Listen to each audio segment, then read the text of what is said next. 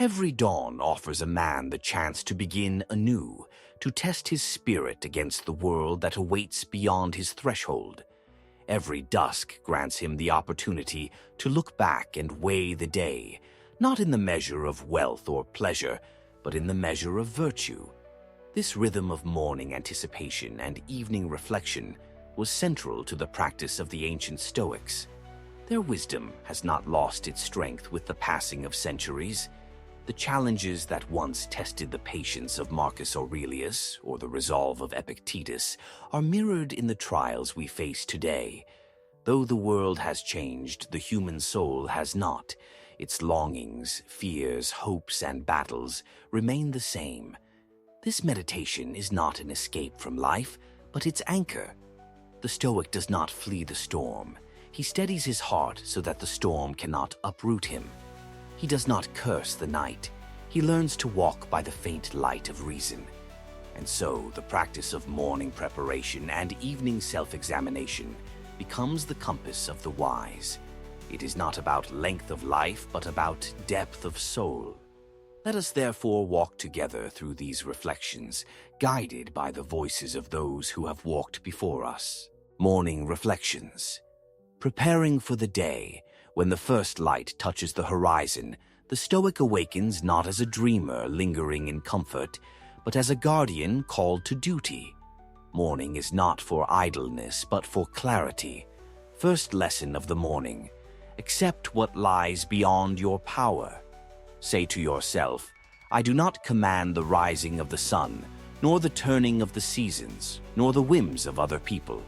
Yet I command my own mind, my own choices, my own responses. Epictetus once said, we cannot choose our external circumstances, but we can always choose how we respond to them. Second lesson of the morning: prepare for encounters with others. Marcus Aurelius warned himself daily, you will meet ungrateful, arrogant, deceitful men, yet they are as much a part of nature as the bee or the thorn. Thus the wise man remembers that others may harm in word or deed, but he remains free not to return harm for harm. Third lesson of the morning: anticipate trials. Do not greet the day expecting comfort, for life is not given as a feast, but as a proving ground. Cold may bite, labor may exhaust, people may disappoint. Let these not surprise you. The man who foresees difficulty meets it calmly. The man who expects ease collapses at the first blow. Fourth lesson of the morning: restrain desires. The world will offer delights, food, praise, leisure, wealth. None are evil in themselves, but each becomes a chain when pursued without measure. Remind yourself, let me taste joy without slavery. Let me hold possessions without being possessed. Thus, the morning is not a mere beginning, but a solemn oath. To live this day as if it were a lifetime in itself, guided by reason, untouched by chaos. The path of the day, living in accord with reason. As the hours unfold, the Stoic walks among men not as a hermit, but as a citizen of the world. He participates in labor, conversation, and duty. Yet within, he carries a silent citadel. Work becomes not a burden, but a service. Whether one holds a staff in the field or a pen in the chamber, the worth of labor lies not in its honor before men, but in its alignment with virtue. Justice demands honesty in dealings, courage demands endurance in hardship, temperance demands moderation in use of power, and wisdom demands reflection before action. The Stoic treats time as sacred coin. He does not squander hours in idle complaint or empty pleasure. Seneca reminds us, it is not that we have a short time to live, but that we waste much of it. Every moment well spent is a step toward freedom. Every wasted hour is a voluntary chain. When insult arrives, he sees it as the wind that bends a reed but does not break it. When fortune smiles, he accepts its gifts as a traveler, accepts shade on a hot road, grateful but not deceived into thinking the shade eternal. The day becomes a canvas, and every act, however small, is a stroke of virtue or vice. The Stoic seeks to paint not perfection, but consistency, knowing that even a single moment of integrity outweighs a crowd of indulgences. Evening reflections, a counting of the soul. As the sun sinks and shadows lengthen, the Stoic does not collapse into sleep without first holding judgment over himself. The evening is the court of the conscience. Ask yourself, did I live today as a rational being, or did I let passions rule? Did I treat others with fairness, or did I fall into anger and envy? Did I endure hardship with courage, or did I complain like a child? Did I restrain my desires, or did I allow them to enslave me? Seneca urged, the mind should be called to account each day. What fault did I overcome? What progress did I make? Where did I give in? This is no cruelty to the self, but medicine for the soul. If you discover fault, do not despair. Tomorrow offers fresh ground. If you discover progress, rejoice modestly, but do not grow proud. The goal is not applause, but improvement. Let sleep then come as a friend, not as an escape. For the man who has examined his soul lies down as one at peace, ready to meet either another dawn or the eternal night with equal calm. Virtues as guiding stars. The Stoics taught that life must be steered by 4 virtues: wisdom, justice, courage, and temperance. These are not ornaments for the soul, but the very pillars that hold it firm. Wisdom sees the world as it is, stripping away illusions. In the morning it whispers, remember what lies in your power. In the evening it reminds, you did what reason allowed. Justice demands fairness toward all, even toward those who repay with scorn. In the morning it prepares you for encounters with men. In the evening it asks, did you harm none? Did you speak truth? Courage stands against fear and pain. At dawn it says, trials await you.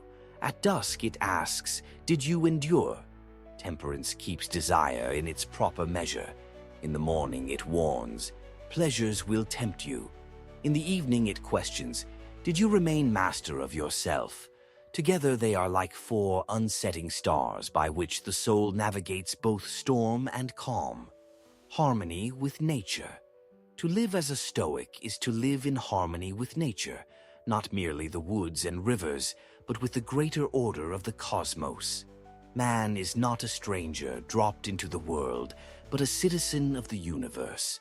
The river flows to the sea, the seed grows into the tree, the day fades into night.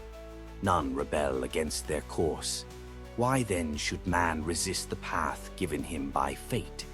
Marcus Aurelius wrote, live in accord with nature, for what the seasons bring is fitting to you as well. The Stoic looks upon the rising sun, the falling rain, the withering leaf, and says, all this is part of the whole, and I too am part of it. Let me not demand that the world serve me, but let me serve the world by living rightly within it. Memory of death.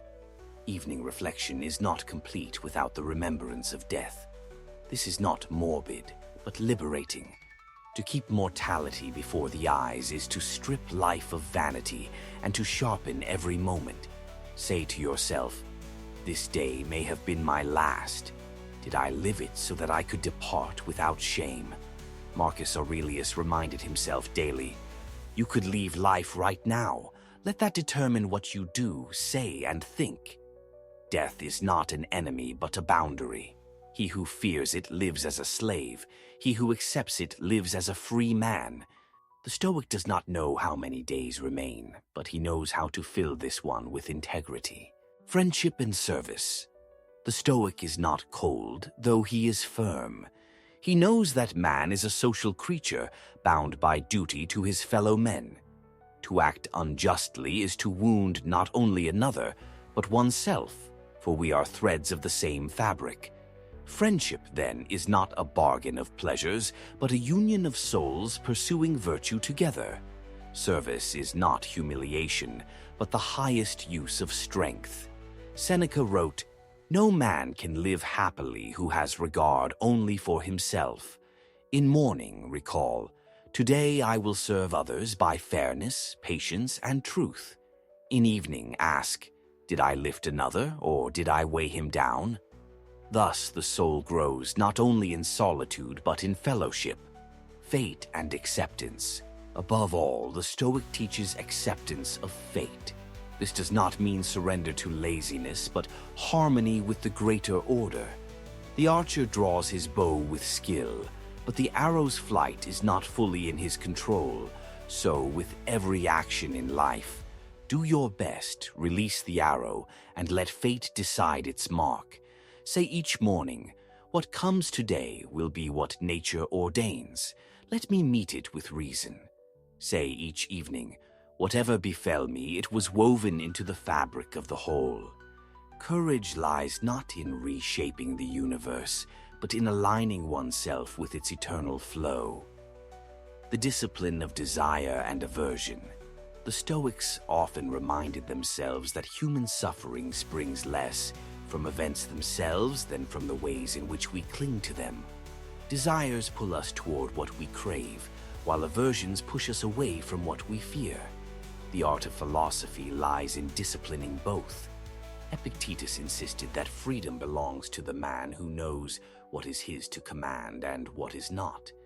To desire only what lies within the sphere of will, and to turn away only from what violates reason. This is mastery. If you desire wealth, you chain yourself to the fickleness of fortune. If you fear death, you bow before the inevitable. But if you desire integrity, if you fear dishonor, then nothing external can touch your liberty. Each morning the Stoic may whisper, let my desires be for virtue alone, and my aversions only toward what corrupts my soul. All else let it come as it must. In the evening he may ask, did I desire what belongs to me, my choices, my reason? Or did I extend my grasp toward shadows and stumble in disappointment? The rule of reason. Reason is not a tool among others. It is the sovereign power of the human soul. Beasts are driven by hunger and fear, but man is meant to be guided by the light of thought. To betray reason is to betray the very nature of humanity. The Stoic treats reason as a sacred flame.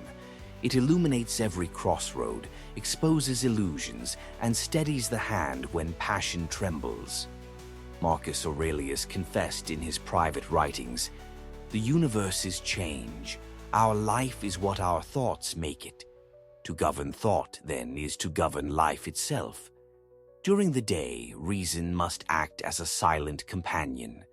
When anger rises, let reason ask, is this injury real, or is it only my judgment of insult? When temptation appears, let reason question, will this pleasure leave me stronger or weaker? And when fear darkens the path, let reason whisper, is this danger within my control? If not, why submit twice, once to the event and again to the dread of it? Resilience in adversity. No Stoic would promise a life without hardship. On the contrary, they insisted that adversity is the training ground of the soul. As fire tests gold, so trial tests character. Seneca wrote, no man has been made strong without struggle. The storms of life do not visit us as curses, but as opportunities. The man who curses his pain wastes it. The man who endures transforms it into strength. When sickness strikes, the Stoic does not say, why me? He says, why not me? Am I not mortal? Am I not flesh subject to decay? When betrayal wounds, he reminds himself, others act according to their understanding. My task is to act according to mine. Each evening reflection should hold this question. Did I use adversity as my teacher today, or did I shrink from it as an enemy? The value of solitude. Though man is a social being, solitude is not his enemy. The Stoic seeks moments of silence not to escape mankind, but to restore his inner strength. In solitude, the mind can measure itself. Without noise, it hears its own disorder. Without distraction, it confronts its own cravings. Thus, solitude is not emptiness but clarity. Marcus Aurelius wrote of the need for an inner citadel, a fortress of the mind into which one may retreat at will. No war, no slander, no misfortune can breach it if the gates are guarded by reason. Each day should contain a brief withdrawal, not into idleness but into reflection. Just as soldiers sharpen their swords even in peace, so should the philosopher sharpen his reason in silence. The cosmopolitan vision. The Stoics saw all men as citizens of a single great city, governed not by emperors but by reason and nature. They spoke of themselves as cosmopolitans, citizens of the cosmos. This vision shatters narrow walls of tribe, class, and nation. To harm another is to harm oneself, for we are all threads of the same cloth. Marcus Aurelius reflected, "What injures the hive injures the bee." Thus, the Stoic greets both stranger and friend with justice. Service to mankind is not an ornament of life, but its essence. When a man rises in the morning, let him say, "I am part of mankind. Today I will serve the whole by serving those near me." And when he rests at night, did I act as a brother to my fellows or as a burden upon them? The quiet heroism of the Stoic heroism is not only found on battlefields or in grand deeds sung by poets. There is a quiet heroism in self-mastery, in silent endurance, in the refusal to yield to vice when no one is watching. The Stoic lives each day as if standing before the eyes of the gods. He requires no audience, no applause. His integrity is its own reward. The world may misunderstand him, may mock his calm, may call his detachment cold. Yet within his soul burns with the fire of courage. Seneca remarked, "It is a great thing to be the same man in every condition of life. Whether clothed in rags or in purple, whether praised or condemned, the Stoic remains himself, faithful to reason, loyal to virtue. This is not the easy path, but it is the noble one. Each morning demands preparation, each evening demands judgment, and each day demands fidelity to the higher self." Final counsel. When we weave together the practices of morning and evening, we shape a life of depth rather than length. The morning prepares, the day tests, the evening judges. In this rhythm, the soul grows firm, clear, and serene. If death arrives in the night, the Stoic departs without fear, for he has lived this day well. If dawn returns, he rises again, not with dread, but with readiness, for another chance to exercise wisdom, justice, courage, and temperance. Thus, the cycle continues day after day until the final evening falls. The Stoic does not know the hour, but he knows the way, to live each day as though it were both his first and his last, with reason as his guide and virtue as his crown.